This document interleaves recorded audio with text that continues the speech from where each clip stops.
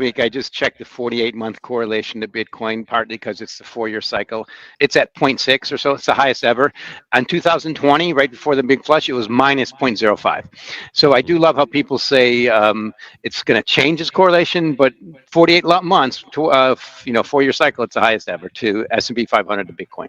When Bitcoin stalls and you see Ethereum going absolutely nuts, that's the sign of a crypto bull market, not the sign of a top. Maybe after the Ethereum run or after the next round of altcoins run. But yeah, we're seeing a real rotation like we've seen in the past. The difference is we're seeing the rotation in the stock market and the Ethereum adjacent stocks in the market, as opposed to just being in the alt. Bitcoin isn't breaking away from stocks. It's moving in lockstep.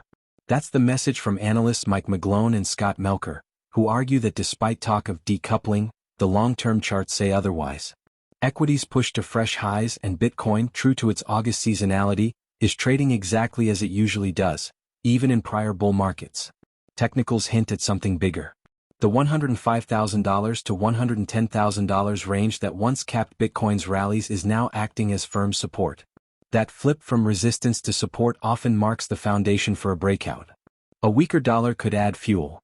Currency traders are leaning bearish as U.S. growth slows and the Fed prepares to cut rates, giving Bitcoin a macro tailwind. But capital flows tell a different story.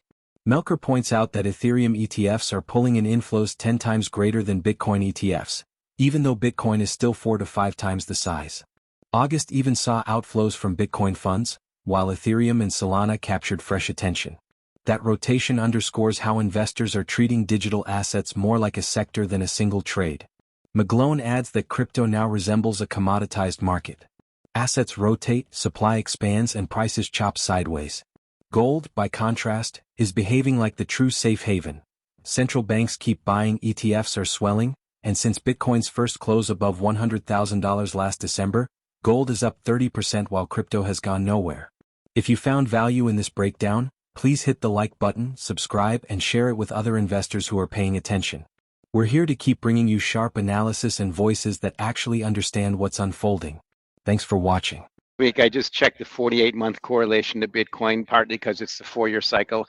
It's at 0.6 or so. It's the highest ever. In 2020, right before the big flush, it was minus 0.05. So I do love how people say it's going to change its correlation, but 48 months to 4-year cycle, it's the highest ever to S&P 500 to Bitcoin. But it's doing exactly what it does in August, even in a bull market generally. And so I'm actually maybe more surprised that the stock market's making new all-time highs here at the end of August and not chopping sideways as we are seeing with Bitcoin. But I just find it very hard to be bearish on Bitcoin at $112,000. I mean, I understand that time-based capitulation is a thing and people get bored and they need up only and they need a new all-time high this week or it's over. But if you zoom back out a year and think, hey, if Bitcoin is $112,000 on Thursday, August 28th next year, will you be happy or sad? I think every person who thinks the top is in would be absolutely thrilled by the current price. And by the way, when Bitcoin stalls and you see Ethereum going absolutely nuts, that's the sign of a crypto bull market, not the sign of a top. Maybe after the Ethereum run or after the next round of altcoins run. But yeah, we're seeing a real rotation like we've seen in the past. The difference is we're seeing the rotation in the stock market and the Ethereum adjacent stocks in the market, as opposed to just being in the alt. So like for some numbers, the Ethereum ETFs have done 10x the inflows of the Bitcoin ETFs in August. 10 times. And you have to remind yourself that Bitcoin is a 4 or 5 times larger asset than Ethereum, right? So those flows have a much, much larger impact. In fact, Bitcoin spot ETFs have had outflows in August, which is pretty crazy considering their success. And I mean, these treasury companies are raising, so you know that there's going to continue to be a bid. My guess is that instead of the market topping here, we'll just see Solana run next or something like that. I got to piggyback on that one. I think, and I got to show you a few charts. To me, what you described is what I fear is happening in cryptos. They are becoming very much commoditized, meaning there's unlimited supply. Prices go down because they went up. Prices go up because they go down. And we're in that stage right now. We're cycling to all the other ones. Bitcoin went up too far, so we cycled the other ones. Again, we all know there's almost 21 million new ones. And I want to show you the most enduring bull markets that I think is going to go to 4,000 at a clip. As soon as we get a little pickup in stock market volatility, and that's the price of gold. I mean, there's the things that are happening in gold right now are substantial. Total central bank holdings of gold now are more, some measures higher than treasuries. Central banks are buying it and more. ETFs are loading up. And I think the difference is gold is a record-setting, risk-off, low volatility asset. See that oxymoron there? Bitcoin is a risk-on asset. So I want to show you a few things that really, to me, is significant in this space. If you look back at, I'll show you this one first. To me, the threshold for gold to take off was the day that Bitcoin first closed above 100 grand. Now we're only 10 to 12% above that level. That was December 6th. Since that day, gold's up 30%. S&P 500 total returns roughly 10%, and the Bloomberg Galaxy Crypto Index is unchanged. To me, that's a key thing to be watching. And also, we're at the point right now, the VIX is at the low for the year. Previously, when the VIX made its high, Bitcoin made its low. This was in April. When the VIX made its previous low, Bitcoin made its high. And now Bitcoin's starting to show divergent weakness. But I want to tilt over a little bit to, I think, what's really happening in that space.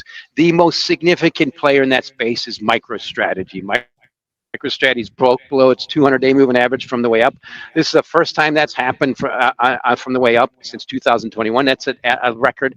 That's a trend line that has to hold. I overlay this with the 10-year note. 10-year note. It's broken down below its 200-day moving average. Right on. That's the one McGlone's been the most wrong on, is thinking that U.S. bonds are eventually going to catch up. 10-year notes at 421. Eventually. Mike McGlone and Scott Melker argue that the rate path is already locked in. If you zoom out, the story is simple. Massive cuts are coming, and by next May a Trump-appointed Fed chair will likely be steering policy. Whether the first move happens in September or later barely matters. The momentum is set. Markets currently price in an 86% chance that the Federal Open Market Committee trims the Fed funds rate by 25 basis points at its September 16th to 17th meeting, in line with Powell's recent hints. But Melker stresses the bigger picture. The August rally in stocks isn't about the September cut. It's about confidence that Trump will do whatever it takes to keep asset prices elevated heading into next year. Investors are trading on that belief already. Still, the real test comes in the fourth quarter. If equities wobble, the knock-on effects for risk assets could be sharp. A stumble in stocks would leave the Fed with no choice but to accelerate easing, potentially unleashing volatility across bonds, crypto, and commodities. McGlone highlights one asset that reliably reacts to Trump's rhetoric: gold. Central banks are accumulating it aggressively, and investors see it as the cleanest hedge against political and monetary uncertainty. Bitcoin shares some of those qualities, but with a higher risk profile. Let's get back to the interview. You made the point that we're all fixated on cuts coming in September, or how many cuts will happen by the end of the year. My point is that we've been wrong about that the whole time. And by we, I mean prediction markets and the herd, not we here. But if you zoom out even a little tiny bit, you know exactly what's coming. And it's going to be massive rate cuts by a Trump puppet at the head of the Fed in May.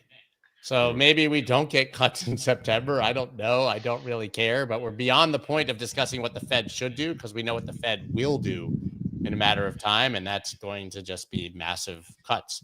Do you think that they should cut in September? No, I really don't. So I think that if you want a hint as to why in a boring August you're seeing new all-time highs in everything, it's less about a September rate cut and more about a guarantee. Well, I think it's just more about a belief that Trump is going to continue to be able to pull any lever he wants to pump the stock market. So one thing to think about May, it's a lifetime away. First, we got to get through the Q4 this year. To me, Q4 is going to be telling. And that's why I'm pointing out, if we just got a little breakdown in the stock market, it all tilts lower. The key thing about massive cuts, remember what's going to be happening in the Fed. There is a Fed board, Fed chairman, and Trump can push down as hard as he wants, but that's part of the reason I keep pointing over to gold. There's one market that absolutely loves every single word that comes out of his mouth. The gold market smiles. And I think that's going to continue. But the key thing to remember is we'll have very astute economists and market people, economists, not really market people, being appointed to the board, and they will be concerned about their legacy. They don't want to go down with Arthur Burns. So 1 or 2 cuts, but to get them to cut, you basically need risk assets to go down. I mean, cut a lot, because we have the narrowest credit spreads in 25 years. You have record-setting risk assets. And Garrett pointed out we have no problem with unemployment. We have above target inflation. To cut rates in that environment is an oxymoron. It's a third world type country thing to do. And whoever makes those decisions will have to live with them and their children and their legacy the rest of their lives. That's going to happen. Now, he's going to appoint people who are somewhat favorable, but then they're going to get it. So yeah, they cut 25 or 50, but to go to 300 to catch up what's happening in Japan in an environment that it doesn't call for them means they were going to go down in history like the number has been 4.2%. The 12-month volatility of the unemployment rate, which to me is what matters the most, is the lowest in 24 years. I mean, it's just doing nothing. It jumped up to 4.2. It's a bull flag, and it's just waiting to go the next step higher. Our colleagues, Anna Wong, thinks it's going to, by the year, up to 4.8%. Okay, how do you measure it? The key thing is to think about now, since we have this president who's wonderful for gold. There's any entity who works at any statistical data collection agency for the U.S. government now knows if the data they're collecting is somewhat counter to the Trump administration, they're more or less likely to be focusing on reporting. That's just human nature. This is where we are. It's going to change at some point in the future, but also the thing is we have significant checks and balances in the country. Why? Because we have people like me who dig into that data. You mentioned unemployment claims. That's from the states. Then we have also data from all the other surveys that's independent. But the point is now we just cannot trust U.S. government data as much anymore. That's where you have to look over at the U.S., look at the market and say, at some point, this is going to trickle down. It's wonderful it hasn't, but the gold market seems to be front running it. That's why I'm quite concerned. So yeah, and you would say buy gold. I'd say buy gold and Bitcoin. Bitcoin carries a reputation for struggling in September. History backs it up. Since 2013, the cryptocurrency has finished the month in the red 8 out of 12 times, with average returns around minus 3.80%. Traders often call this the September effect, pointing to a seasonal pattern where investors take profits after summer gains or rotate positions before the final quarter of the year. The broader market isn't immune either. Since 1928, the S&P 500 September returns average roughly minus 1.20%, making it the weakest month for equities. But not everyone expects history to repeat. Analyst Rect Fencer argues that a September dump is not coming this time, pointing to Bitcoin's behavior in 2017. That year, despite the seasonal headwinds, Bitcoin pushed higher in September and set the stage for the parabolic run into year-end. The setup in 2025, he suggests, could mirror that kind of deviation from the norm. Shifting policy expectations, seasonal tendencies, and asset rotation are colliding to shape the near-term outlook for both traditional markets and digital assets. With rate cuts widely anticipated, a weaker dollar providing a tailwind, and investors increasingly treating crypto as a sector rather than a single asset bet, the coming months could mark a pivotal turning point. Whether Bitcoin repeats its September struggles or breaks from history will depend on how these forces interact with broader equity sentiment and institutional capital flows. Could the mix of seasonal headwinds, monetary easing, and shifting investor allocation finally set the stage for Bitcoin to separate from equities, or will its trajectory remain tied to traditional markets? So stay tuned. If you're into real, data-backed takes on the financial system, hit like and subscribe so you don't miss the weekly updates. Thank you for the support, and I hope you enjoy the video.